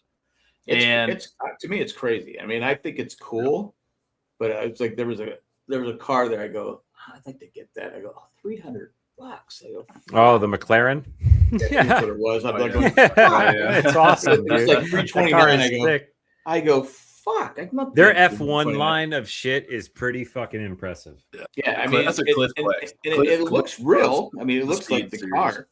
I said, Yeah. I can't justify paying that kind of money for it. I just can't. Well, I mean, I have one Speed Series set. Yeah, I think I have two. I have one that's a 68 Corvette. That is. I forget that's part of this. I forget that's part of the Speed series. So I have that one too. I have the Corvette that came out like 6 years ago. It's a red 68 Corvette, and then I have the Bond. I have the Bond Aston Martin from the 66, and then that one. So I have three. Yeah. Are you nerds still talking about Legos? They limit how many people go in the store. They limit how many people go to the store, and I finally said, "I'm gonna get out so some other nerd can come in here." I go, "I'm just getting frustrated." And Zach ended up not getting. That's the big one, isn't it, Chris? Yeah, that's the big one. He ended up getting something at Target. Yeah. Notre Dame. I'm really tempted, Chris, to buy all three of those of the small ones, and then have all three different ones: the first movie, second movie, and third movie. Yeah. So there's a really cool acrylic mount you can buy that has like it's built to do that. It's awesome. So they have like background scenes from each movie and stuff. It's just really cool. But to your point though, like this one here was like I think like $45 or almost $50. Yeah. And That one was actually I thought was cheap compared. I was like, they actually priced that one right. This one I think retailed at like 200 something. Yeah. More. I think it's like 250. More than the original. Okay. I think for a while. Right, I think for a while. Well, it doesn't have the cocaine in the doors. No, it doesn't. I think about 5 years ago you could get it for 200. But yeah, it is cool with the wheels. I do love the mechanics of it. Yes. You can like flip roads the wheels. Yes. Which is really cool. Roads. And it's got I forgot how to here you go. You can activate the little glowing piece inside for the flux capacitor. So adults have screwed up. Yeah. So adults have screwed up Legos, is what you're saying. Yeah, adults screwed up. It's a combination of both corporate greed and adults. Yes. And you got the minifigs that came with that one. This was one of the first sets that I bought when I got back into it. So when you build this one, you can build it as any of the three. Gives you all the parts for all the all three movies. Has the module, which is kind of cool too. Put on the roof for the. So I also, when I bought this, I was like, "Oh, this is cool! I'm gonna make millions off of this shit!" Right? So I actually bought two of these. And I do have one still sealed in a box, but it hasn't retired yet. I never assembled mine. Yeah. I bought both Ecto 1 and the DeLorean that size. I built the Ecto 1 and I love it. I love both of those sets. Those are. I wish there was like a third 80s vehicle that I could put with them, like Knight Rider or something. Yeah, I wouldn't be surprised. Knight Rider. I wouldn't be surprised. Yeah. I wouldn't be surprised. Yeah, the Batmobile. With the red in the front. Sorry, Jack. I know you said Starsky and Hutch, but that's like the Zebra 1, 70s. Zebra 2, 70s. Zebra 2. Yeah, so I mean, I could definitely see them doing Knight Rider, maybe the A-Team van. The A-Team van, yeah, but like they don't have that yet. No, I thought the A-Team van as well. Of course, you got. Do they have the Starsky and Hutch Gran Torino? I could also see them doing the station wagon from Vacation. Oh yeah, I think they are. I think they're actually the family truckster. Do they have the dog dragging in the back? There's a rumor. There's a rumor. I don't know if it's true, but there was a rumor that the dog peed in the sandwiches. It might be like a Speed Series size gift with purchase with the National Lampoon's House when it comes out. I think that's what I read. Well, the RV is going to be there. So really? You're talking about Christmas Vacation? Yeah, if they make the Christmas Vacation house, the RV. You got to have the RV with the thing going into the. There's a third party company that has the family truckster as well. I'm gonna find it. Yeah. I think my wife put that one together too. So she did both the. Not to sidebar too much. Are we doing a meme game tonight? I'm just. I do have a meme game, and I just had one more thing for All Mankind. Oh yeah. I have one more episode to go. It did pick, like Nick said, it did pick up. I think the problem is, I'm starting to think, problem is, I don't care about the characters at the beginning. Right. But you do by the end. Season goes on, but I think because it's a lot of new characters. Right. And it's like, Well, okay. Well, Chris, I remember Chris and I saying in our chat, the episode where they finally get the mission going to Titan, and it's successful. That's when the show finally gelled again. I was like, this is what I want, because for All Mankind, it's the space exploration that is the interesting parts, not the political part, which I get, but it dragged on too long, and of course, it's still going on. But I have one more episode to go, and not to spoil anyone, but spoiler alert, I don't get some of the stuff that the Marsers, whatever they call them, are doing. Oh, nice. Doesn't make sense. Why did they blow up the landing pad when they just landed anyway? Yeah, true. Can someone explain that to me? Wait. They blew up the landing pad because they landed anyway? Well, they blew up the landing pad to keep the M6 from landing. Well, they landed anyway. Well, no, but there was already a force there. They were not aware of that. They got there before they realized. Yeah. Okay, thanks. Because I'm not going. Okay, this made absolutely no sense at all. Yeah. Because the girl that was from San Diego, the daughter of what's his name? Yeah, the one that went nuts. She's still on the landing pad. That's the thing. They were the first part of the force that they landed before. Yeah, but she was. Yeah. Okay. Yeah. All right, I get it. So they weren't expecting them to already be there. They were trying to blow it up so no one could land. Okay. But they already had landed beforehand to secure the area. Okay. They were able to delay other teams. That's been bugging me because I watched it last night. It's been bugging me all day. I go, what was the fucking point of that? I go, it doesn't make any sense. All right, thank you. And I do the part where the Padre thing. I go, okay, this is all alternative universe. It's everything is the Russians land. The Padres couldn't have won one fucking World Series in the whole fucking time. And for All Mankind, come on. Anyway, that's in Universe C. Yeah, but I'm telling you right now, fucking Star City. Star City is going to be. I don't know if Star City is going to be. There's a lot of shows I want to watch. I want to watch Sugar. Season 2 is Sugar.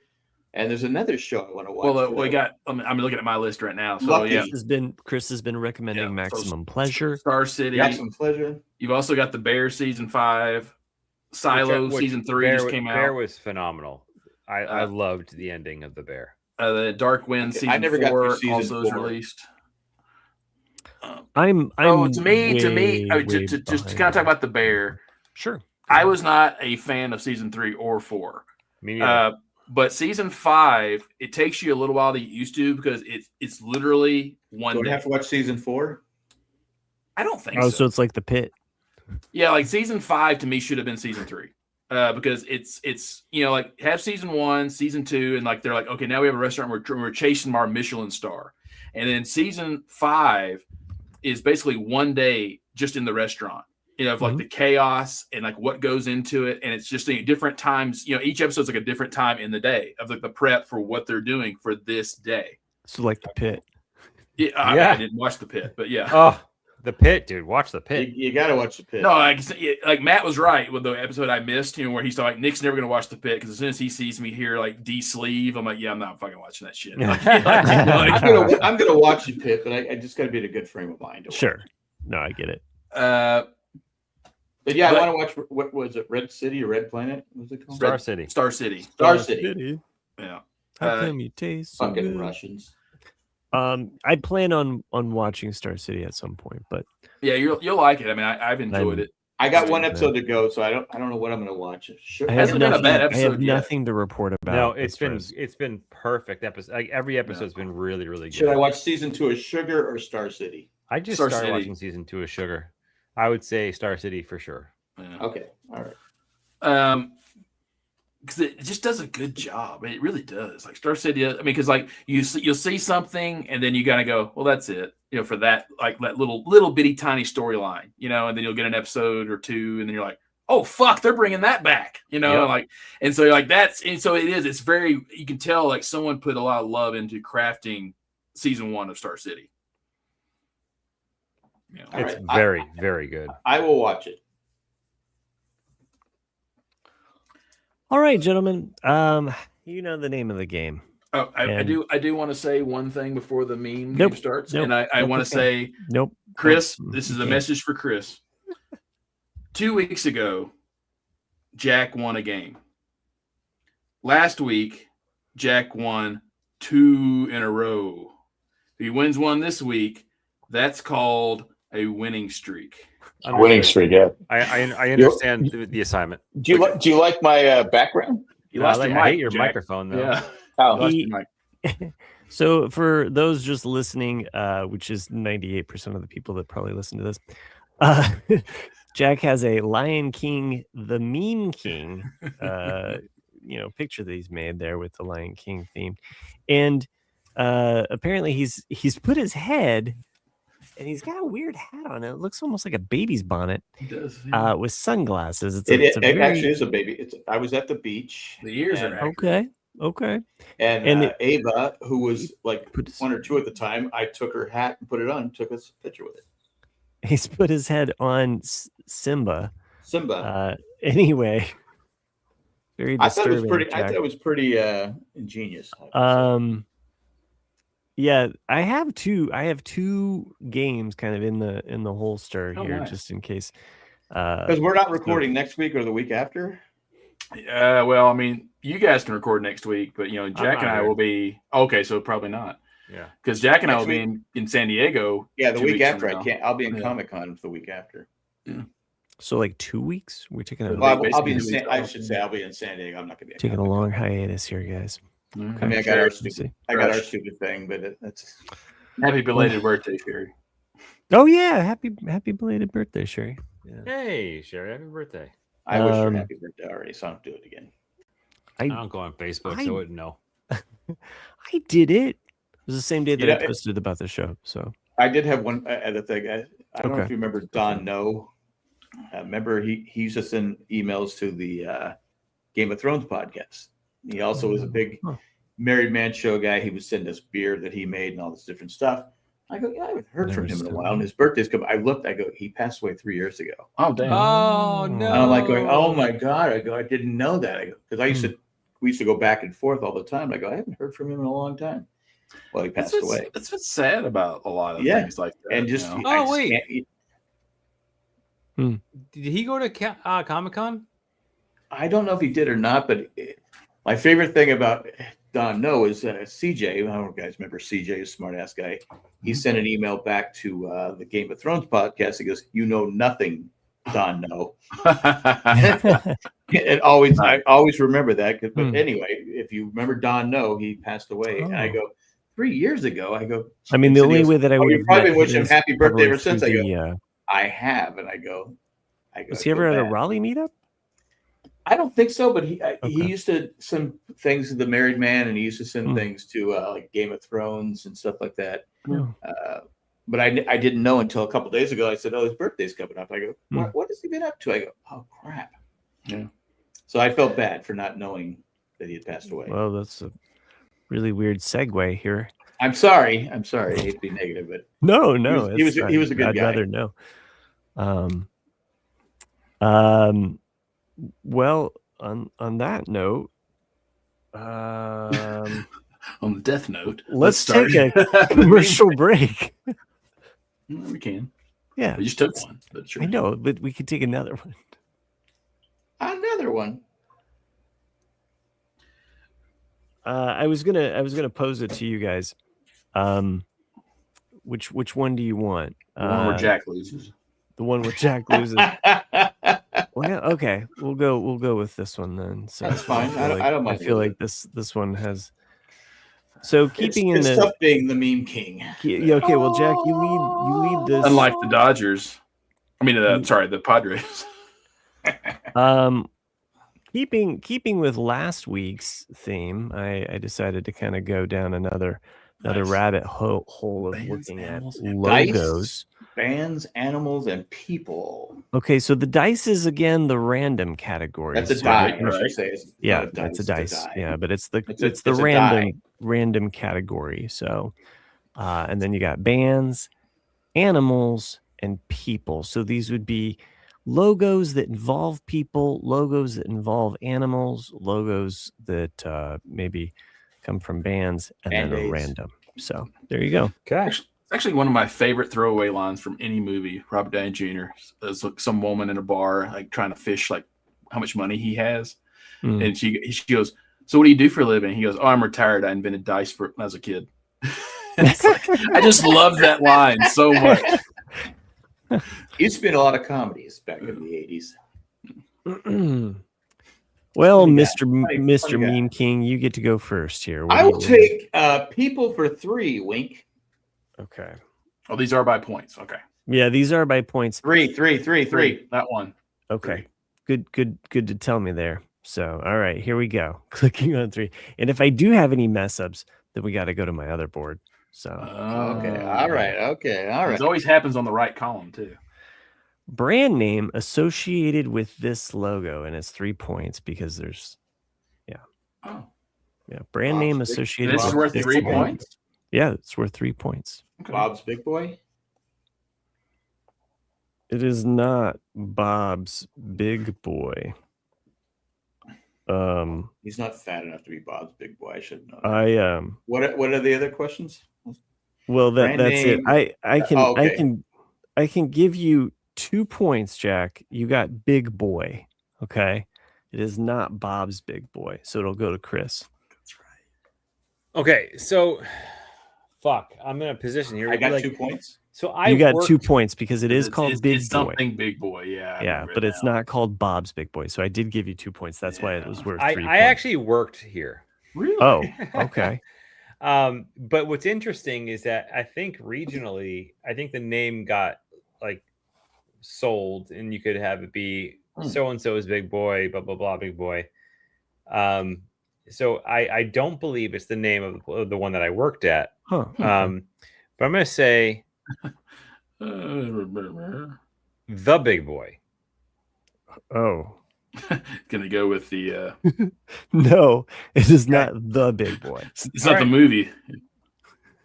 Nick, you have a chance here. Just say Carl's Big Boy. This is not Carl's Big Boy. And I don't know. Maybe Chris is right. Maybe there are multiple. This is how I know this. Well, before you reveal it, yeah, I'll feel real bad if it's Abdow's. No. Okay, because I worked at Abdow's Big Boy. This was I never would have got Trish's that. Trish's Big Boy. Interesting. Yeah. See, in California, they have Bob's. Well, Bob's Big Boy. Yeah, it's kind of it's this big. Yeah. So maybe Lyndall Hamilton worked there. Yeah. Well, really. I was looking for Frisch's. I'm sorry. Well, I know that you got 2 points anyway. My graduating class in 1980, they stole the Bob Big Boy from the one down the street from us and put it on top of the gym. So maybe it's just something regional everywhere. It is. There are just different Big Boys, right? Yeah, Bob's Big Boy. Bob. Yeah, well, I got 2 points, so that's okay. You got 2 points. You're on the board. I worked at this one. Oh. They had the best when I was a kid. They had the best shakes, and their hamburgers were excellent. Mm-hmm. My dad used to like. They had a great salad bar. My dad used to get the blue cheese dressing. My dad didn't like anything that had taste in it, but yet he liked that blue cheese dressing. He would get it, buy extra, and bring it home. I go, but you don't like salad. Chris, you go second because you. Okay, sorry. Yep. Rabbit hole, Big Boy. Yep. I'm gonna do roll the dice for 3. Roll the dice for 3. Here we go. Brand name associated with this logo. That's easy. At least I think it is. Maybe Chris is overthinking it now that you said that it's easy. Chris is like, I used to work at this church. That's Bob Big Deer. I have no idea. You're probably going to know it. So, but go ahead, Nick. Jägermeister. Ding. No. Oh my God, no. Oh yeah. That's the first thing I thought of, but I didn't think there was a crime. I never would have got that until you said it. Yeah. I saw that the only brand that I can associate with a deer is Jägermeister, because it's always just a joke that you're drinking deer blood. I was thinking the tractor. John Deere. Well, I'm sorry, Chris. Nick scored 3 off of you, though. Damn, he is now in the lead, though. Damn you bastard! Not Jack. Not Jack. Not Jack, So not I Jack. know a lot of times you two root against Jack. So That's okay. I can take it. okay, Nick, it is your. You know, my dad used to drink a lot, and baby's first sentence. He used to beat Do the people shit out of still me every drink time the Padres lost. Jägermeister? Is that still? Oh yeah. I got. We have I mean, I don't know. I mean, it was last time I was at a bar regularly. Like I remember in the 2000, late Take a vodka 90s, shot, early take a Jaeger 2000s, the recipe for a bar fight was a Jaeger bomb. Right. Yeah. Jaeger bomb. Yeah, And then they had the machine that they would issue the bar like to make it cold. Ugh. I know I went swimming in Vegas with my clothes on after drinking Jägermeister. Huh. It's an old Mary Man show. I don't know which one it was, but we were all drunk on Jägermeister and we were fucked up.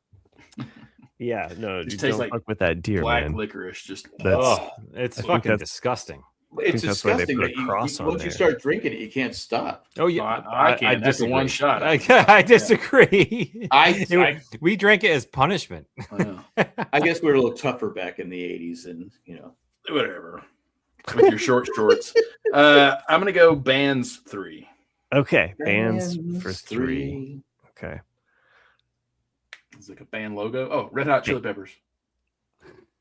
God damn. I never would have got that. I do It like is- this game. Yeah, this is a good Red one. Hot I Chili- never would have got that. What did you say, Chris? I said I do like this game. You do I like like this it. game? Okay. I do. Okay. I'm gonna go. I'm just fucking I'm down- bitter it's about now, Jaeger. It's now 6-2, right? It It's is. It is 6-2, Jack. I'm gonna go people for 2 for 400 wings. Really, you're not gonna go animals for 3? Okay, people for 2. Got it. Okay. Brand name associated with this logo. Oh my god, naked donut guy. Was already already his legs, showing me his right? long john. Are those breasts that you're covering up? It's everything. I have Brand, no idea. brand I'm name gonna say associated. Pillsbury Doughboy.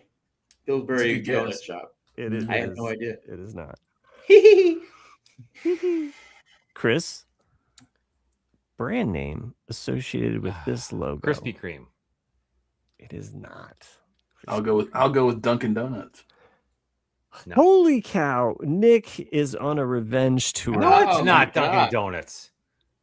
Yeah, Wow. it's Dunkin' Donuts. I'm ashamed Honestly, I because never Dunkin' would've Donuts. guessed I knew Dunkin' you Donuts would be. headquarters Is It here. is like 2 for 2. You're like Jägermeister and Dunkin' Donuts. What Did is you guess happening? Dunkin' Donuts because he said And Dunkin' Krispy Donuts Kreme? is they're headquartered here, like I closer I to me pulled, to Boston. I pulled an old school logo for that one. Yeah, His apparently. name is Donkey. Exactly. That's what I thought. Because it's the Dunkin'- people. It's the Dunkin' people coffee. category. Dunkin' Donuts. Yeah, that's how Dunkin' my the thought coffee. process That's what was. Dunkin'. Yeah. Yeah. Okay. I never would have guessed They're people that are in the logos. Okay, Right. Donkey. His name's Donkey. All right. Okay. Donkey. Old school logo. Stupid. I'll take animals for 3. Okay. Animals for 3. Let's see I here. think Nick's gonna win this. I don't- Maybe we'll see. I can blow it. Oh, It's 3 words. yep. That would be not the World Wrestling Federation, Correct. but the World Wildlife Foundation. I will take the first 2. World. What did you say? World Wildlife. Wildlife Foundation. It is not foundation. Is it Federation? No. Mm-mm. Nick, Fund. Oh fuck. it is fund. Yeah. I wouldn't have got that either. I looked that up. I don't know how many times because I thought the same. Chris, I would have said the thing. same thing you said, but So I actually have a great T-shirt that is, I was gonna say Andy Pandy. with the WWF panda on it because that's actually the reason why WWF changed their name to WWE. They said Yes. they needed to rebrand for entertainment, but no, Right. it was because they were fucking getting sued by the World Wildlife Fund. Fund. But I have I have a shirt with that So panda. that came before WWF. Yes, it was founded in So like I- the 60s in Switzerland or something. Yeah, like that. I have a T-shirt with that panda with the chair over its head, bashing another panda, and it says WWF. Nice.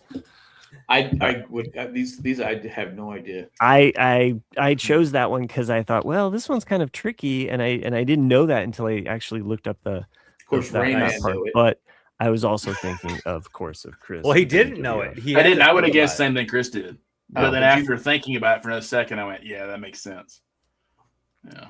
I'll go. So Nick has not 9. Jack. Chris has 2, and Jack has 2. Okay.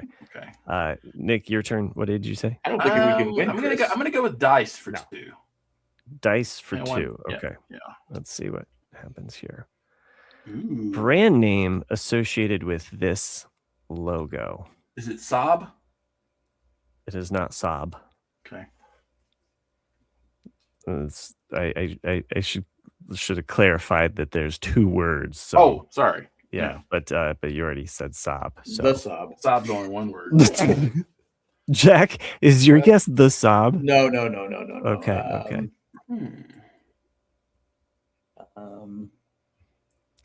I know. I was. I think it's an airline, isn't it? Airline. It's kind of. I mean, without having the words, or like, because I blacked them out. You know, I kind of. That looks like a plane right there. Yeah. There. I mean, I use the same color. That is the color that goes around it. You just can't see the words. If you saw the words, you'd be like, "Of course, it's that." United Airlines. I have no idea. It is not United Airlines. Chris, you got a guess on this one? Alfa Romeo. Good Damn, guess. I never guessed that. That's nice. I never guessed it. Yeah. Nice, Chris. Now that Chris says it, I see it. Right? It's almost like it got revealed. Good one there. So it's me. Jack, yeah. I will take people for 1, Wink. People. Jack's just doing all the people. For 1. Okay, here we go. Brand name associated with this logo. Oh, that's what is her name? I know this one. It's cookies, isn't it? It's chips. No, it's chips. Unts. What is it? Chips. Unts potato chips. Unts potato chips. Unts.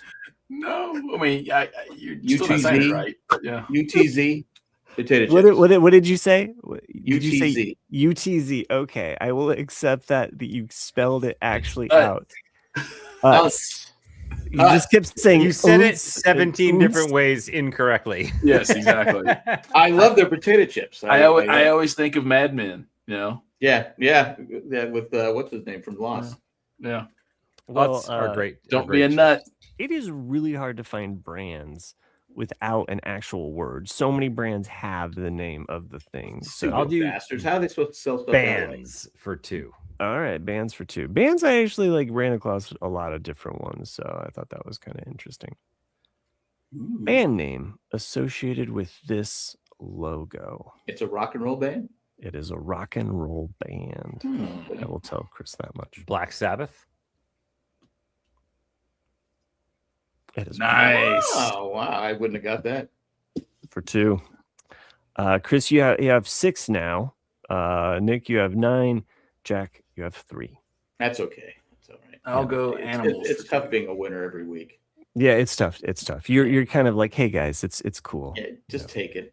Yeah, you're like the Yankees after a while. Yeah, it's like come on. Where were you gonna take, Nick? Animals 2. Animals for 2. Okay. Oh, I know this one. Associated with this logo. Merrill Lynch. Yep. Okay. Yeah, that was too easy. I knew that one. I mean, if Jack knows it, then yeah. If Jack knows it, geez. Well, I should have made that one an easier one, but I was looking that for could have 2 changed words. the game because I could have got 2 words. Chris would have had a chance. Jack, I'm gonna go dice or 1 Wink. Okay, for 1. Brand name. This is I know this one. Fuck. Of course you do. I do know it. And I know. I can't think of the name. It's so obvious too. Yeah, you know it. Cross Cox. I don't Cross Cox. I don't know that. I know the name, but I can't think of it. You're married. You should know this. I know. I should. Chris, Coco Chanel. Well, I'll take that last Chanel. I mean, I was at Coco Chanel too, because that's what Chanel number 5. That's why I should have known that. Bands. I can Oh, okay. Brands for Oh, one. damn. Chris is Pulling- gunning for pulling it. it. He's like, I'm Yeah. just trying to extend that lead. Oh, that Ooh. is fucking fuck. I don't think that's a band. it's a band name. Fucking fuck. Modest Mouse. The What's that? monkeys. Modest Mouse. It is not Modest Mouse. Fuck. Sorry, it's one word, really. It's funny to me they got harder as the less points. No, it's kind of weird, right? Do you know this one, Nick? I know the symbol. I just can't think of the band. I know, right? Like it's like you've seen it on the back of a car somewhere, you know? Yeah. So Jack's like, I'm never gonna get this one. Never. Let's just say Rat. It's not Rat, but You've probably heard them on. Jack. You've probably heard them on. I'll say Poison to go with the whole rat thing. Oh, okay. Round and round. Carpenters, the Carpenters. You're right. You're right. That's the Carpenters. You may have heard them on the radio. So it's Radiohead. Radiohead. Yeah, I don't associate that with Radiohead. I know, right? Okay. Well, that was. And I'll take Animals for one. Animals for one. I know that one. I never say the name right. Because it's Lacoste, but like it's not Lacoste. It is, but it's not. Fuck. I have no idea how the fuck to say this name. I'll just stick with Lacoste, but it's not. You got to spell it out. Lacoste. I can't remember if that's correct. There you go. It is Lacoste. It's t-shirts, right? Those shirts. Yeah, polos. Those polos. Polos. Yeah, I used to have those. They're expensive. I didn't have the sweater around my neck. I wasn't a dick or anything like that. All right. Well, I apologize if you had the sweater around you. You know, if you're a yuppie or yippie or yuppie, whatever they called them back then. Nick, congratulations. You want me to make you a background next time for you? That is actually how you pronounce it. It is Lacoste. Oh, is it? Okay. Oh, okay. Cool. Chris, I didn't know the name. Valiant effort coming in second place there. Now you, Jack. Just from heroes to zeros. Sometimes somebody's got to go out find himself in the wilderness. You can't hit 1,000 every week. I can't make a whole Jeopardy board all about sports logos from the 40s. From the 40s. Well, it's not like I was born either back then. I actually made me think of you, Jack. I almost sent it to you. It was somebody talking about why is baseball the only sport where the manager dresses like a player? I think they used because back in the day, the managers were players. Exactly. Yeah, that's what they're saying. It's like basketball players always wear. I mean, coaches wear suits. Everyone else wears. But it's like like back in the day. That is the reason. Yeah, because the manager originally was the best player, and then it changed slowly over the years. Because Connie Mack of the Phillies, he wore a suit, but he was the owner. Owner manager, and they frown on that now. They don't I don't think they let the owner be manager anymore. But yeah, Chris is right that they used to be players. You don't have a lot of player managers anymore. I think no. Pete Rose was the last one, maybe. Yeah, that's what I think. Of course, he had bets in you had Frank Robinson was a player manager. Can you imagine the access to gambling now that Pete Rose, like what he would, it's a slap on the wrist now, right? Yeah. So, and that's what pisses you off is because he will get in the Hall of Fame, but they're going to wait for him to die before it happens. He's already died. He died. Did he die? That's right. I forgot he died. Yeah. Okay. Yeah. Well, I don't know if he gets in because he bet on he ended up betting on it. Found out he bet on his own team. Yeah. To me, it should be separate. It should be not what he did as manager, what he did as a player. For a player, he deserves to be in the Hall. You just put a big thing on there that said cheated, gambled. Mm-hmm. But he should be. I mean, he has the most hits in baseball. How do you not have him in the Hall of Fame? But it's the same as like Mark McGwire and Barry Sosa and all of them. It's like, will there be an asterisk because it was during the steroid era? It's like, it's the same as with Roger Maris and Babe Ruth and all that. It's like, well, I mean, even the way the NFL's changed, where the seasons get longer. Right. So Right. And now we're facing it where it's like we can't win a championship unless you have, at least two decent quarterbacks. It's like, Right. or the season's too long. Yeah, because the season's too long, or two decent running backs and a quarterback. Well, something where the game changes. Was it 17 game season now? They say, he rushed for 1,000 yards. Well, big fucking deal. I mean, you get 17 games to do it. I mean, sometimes 12 games. Sometimes there's what they used to call junk time. And rumor has it, Robert Kraft is trying to get a game to be played in Scotland. Scotland. If that happens, they have good going. They have good masseuse there. Probably. I heard somebody European being snarky about the NFL. Is like, why do you guys call it world champions when you win? Is there any other fucking team, outside the US? And there's like someone just went, well, then make a team somewhere else. And then it's like the World Series. They used to say, right. Well, it's not the world, but technically in baseball, it is the world. You have players from all over the place now. True. Football, not as much. Maybe some Australian players. Football, sure. But it's not like America ever plays the Canadian. But it's not like it's not like baseball or basketball or hockey. No. But it's you're right. I think it should just be one giant sport. It's like it's an interesting like kind of field. I'm not quite sure exactly how it's going to be laid out, but essentially there'll be a basketball court that meets up with a soccer, that meets up with a baseball, that meets up with like basketball and a football, and it'll all kind of spiral outward from smaller to larger. Tennis. And it all kind of like spirals outward. And there's game pieces involved as well. I don't think I want to watch that. It's like cricket.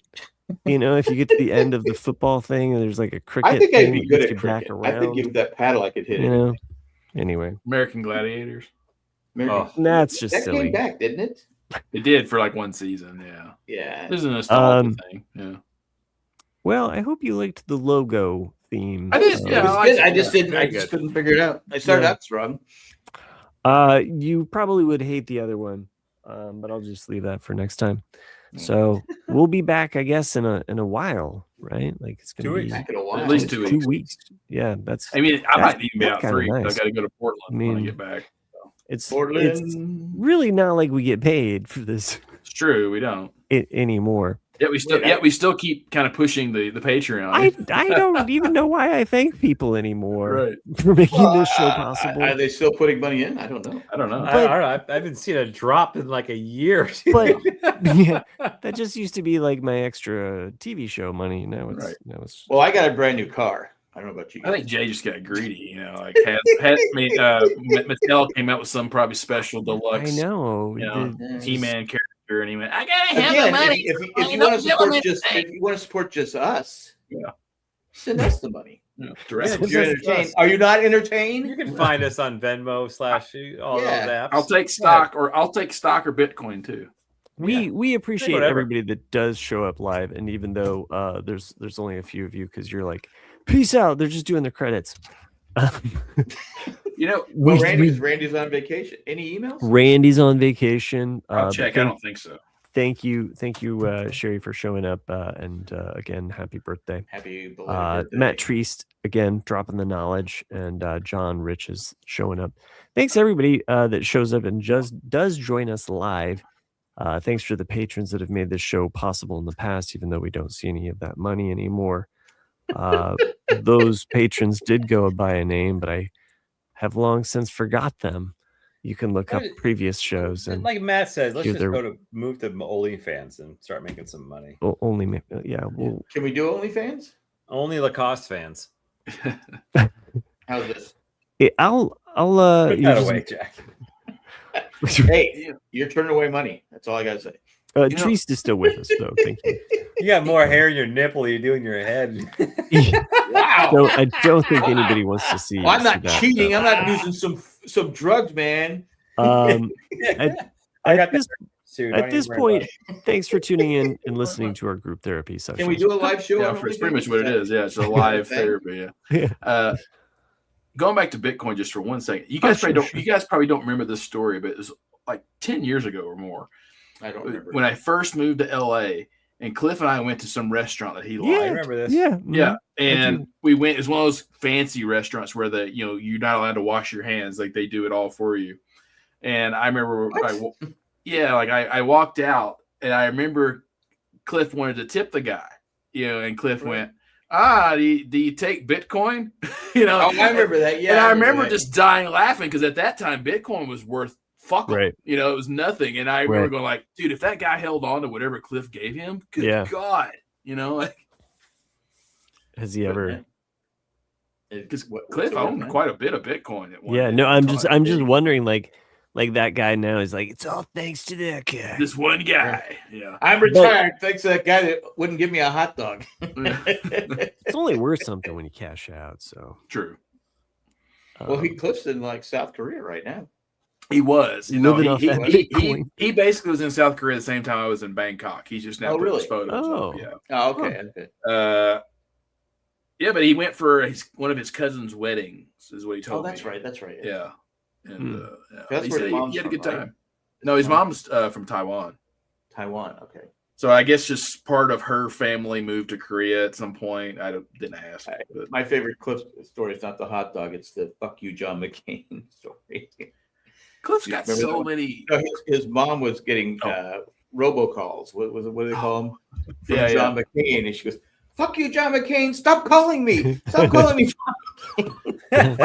so every time I think of a Cliff, I always go, "Fuck you, John McCain." No one, like, for everyone out there who does not know Cliff, you will never laugh hard in your life than when Cliff is doing a story impersonation of his mother. Those are some of the best stories in the world, because like he just does the accent and the tone and everything so perfectly that it's just, and it is, some of it is very stereotypical kind of Asian stuff, but it's like, I remember him telling me one time, he's like, nothing's ever good enough for my mother. And that's just the way it is. He goes, I could literally win an Oscar for best editor in the world.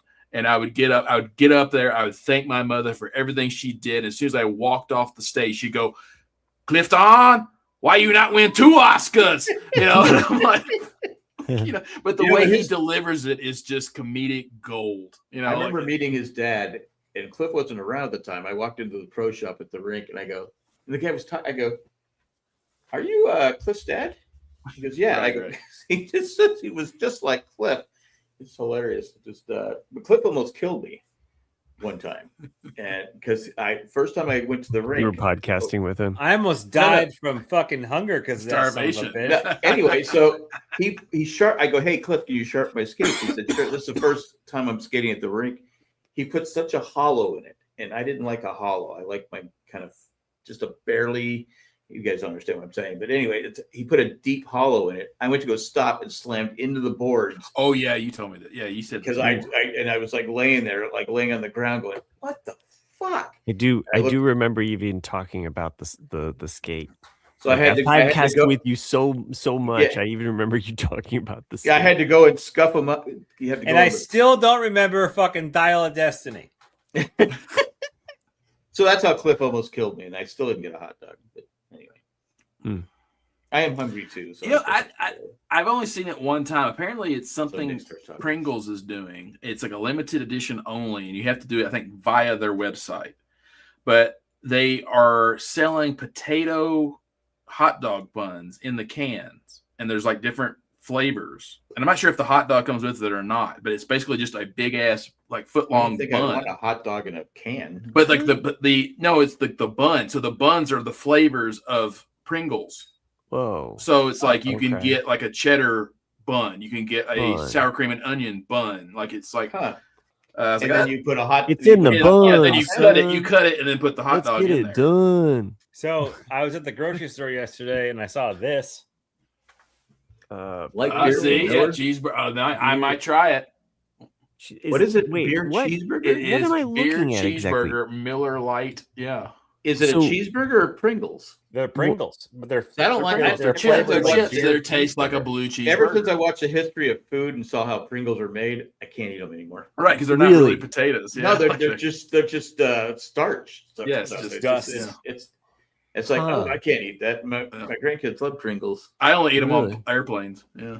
I won't eat them on airplanes. I used to love because Pringles. like think about like when you at least if you fly as much as I do, when you go to the little store before you get on the plane, little box. There's always like you get a Coke, you might get some candy, and they always had just a shit ton of Pringles cans, and they're perfect for planes because they're just small. Yeah, they're light. Yeah, they're light. Yeah. Mm-hmm. Yeah, but you don't eat them on planes because you don't like them because of. No, I eat them on the plane. Oh, you eat them? Oh, fuck. I only eat Pringles when I'm on a flight. Gotcha. All right. Gotcha. I used to eat Pringles all the time, and ever since then I go, it's like when you say when you find potatoes, sour cream and onion. That was my flavor. Real potatoes. You're like going, well, shouldn't they all be made with real potatoes? Yeah. By the way, fucking delicious. Since we'll be gone for a while, you guys got any ideas for some meme games? I've already kind of started working on one thing. Baseball. Okay. For you, for something that you because when you ask us to contribute, I go, okay, here's the theme, and that would be history of the San Diego Padres. That can be you. Okay, you can each bring your own little theme. But next time we meet, it would be good. It'd be good to have some. Jackie, you can't have all of your questions so obscure that no one knows what the fuck you're asking. Oh, and I have a meme game kind of like that, locked and loaded, ready to go. So if anything ever goes awry, so in 3 weeks, we gotta send in our own things. Yeah. Well, no, not necessarily. He said he has one on hold, but yeah, we. Well, you let us know, Matt. No. I do want you to do that. Yeah. You just let us know. So, I'll put the feelers out for the show before it happens, but we'll be back in a while. So, thanks again for everybody that's joined us. Send your emails to rcadcast@gmail.com. Gmail. And go over to YouTube. Follow us on that. At Ramblecast After Dark, all spelled out. Ramblecast After Dark. Follow us on there. Click like and subscribe. And thanks a lot. We'll see. Thank you. God bless everybody. Thank